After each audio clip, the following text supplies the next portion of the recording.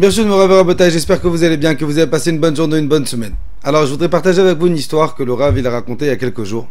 Une histoire que j'avais entendue il y a quelques temps déjà. Mais pour nous montrer à quel point la force des tzadikim, elle est grande. Quand mon grand-père Rabbi Moshe, il a fait sa aliyah, donc il a quitté le Maroc pour aller habiter en Israël. Vous savez, dans son temps, une cinquantaine d'années, il n'y avait pas de moyens de connexion aussi grandes que ce qu'on a maintenant.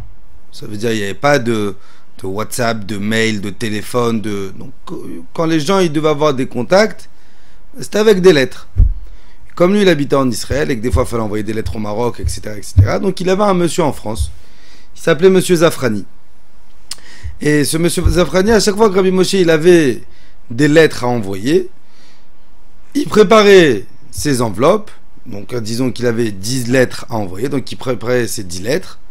Sur chaque lettre, sur chaque enveloppe, il mettait le nom de la personne à qui c'était destiné, l'adresse, la ville, etc., etc. Et il mettait tout ça dans une grande enveloppe. Il envoyait cette grande enveloppe à ce monsieur Zafrani qui habite en France. Et ce monsieur Zafrani, il s'occupait de les faire parvenir. Il achetait les timbres et les envoyait par la poste. Et au bout d'un certain temps, ce monsieur Zafrani, il se dit, mais Ribono Shalolam, qu'est-ce que Rabbi Moshe peut bien écrire dans ses lettres? Donc la prochaine fois que Rabbi Moshe m'envoie le paquet des enveloppes, le paquet des lettres, j'en ouvre une.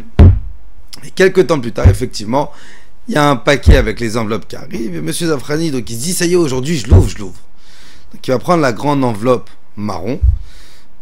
Il va l'ouvrir. Dedans, il trouve 2 lettres. 2 enveloppes, 2 petites enveloppes blanches. Prenant la première enveloppe, elle est destinée à un monsieur. La deuxième enveloppe, il voit écrit dessus, Monsieur Zafrani, rue tel et tel arrondissement, Paris. Et M. Zafrani se dit, attends, pourquoi Rabbi Moshe m'a envoyé une lettre? D'habitude, quand il veut me dire quelque chose, il met un papier dans l'enveloppe, mais il m'envoie pas une lettre officielle. Pourquoi il m'envoie une lettre? Il est perturbé, il va prendre l'enveloppe, il va ouvrir l'enveloppe et il va lire, il va commencer à lire dedans. Monsieur Zafrani, j'espère que vous allez bien, que votre famille se porte bien, que vos enfants se portent bien, que votre business se porte bien. Vous savez, on a dans la Torah, il lui écrit, l'interdiction de lire les lettres des autres. On appelle ça Cherem de Rabbeinu Gershon. T'as pas le droit de lire quelque chose qui n'est pas à toi, c'est du vol. Monsieur Zafrani, pourquoi vous voulez voler ce que j'écris aux autres gens?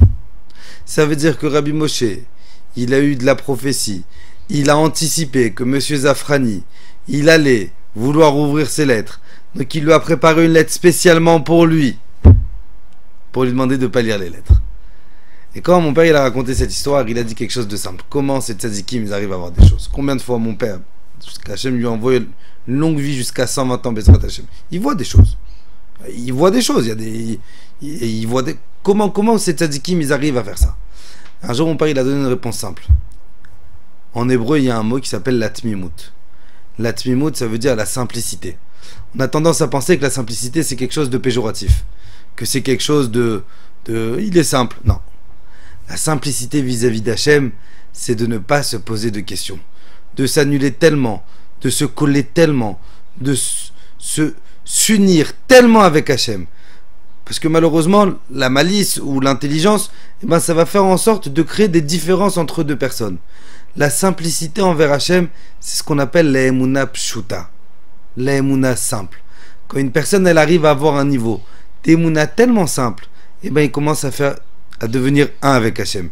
S'il devient un avec Hachem, Kadosh Baruch Hu, il peut lui partager ses secrets. Kadosh Baruch Hu nous donne les forces Bezrat Hachem d'être simple vis-à-vis d'Hachem, sans chichi, sans tralouette, sans trop de questions, sans trop demander pourquoi oui et pourquoi non. La simplicité envers Hachem. Et quand on arrive, c'est une phrase en hébreu qui dit Rachamana li baba, Kadosh Baruch Hu, il veut le cœur blanc. Quand on arrive à atteindre ce niveau de simplicité, on fait que un avec Hachem. Et si on fait que un avec Hachem, on devient des tzadikim. Je vous souhaite Bezrat Hachem une bonne journée, une bonne semaine, et que le mérite de Rabbi Moshe Pinto vous protège Bezrat Hachem. Amen.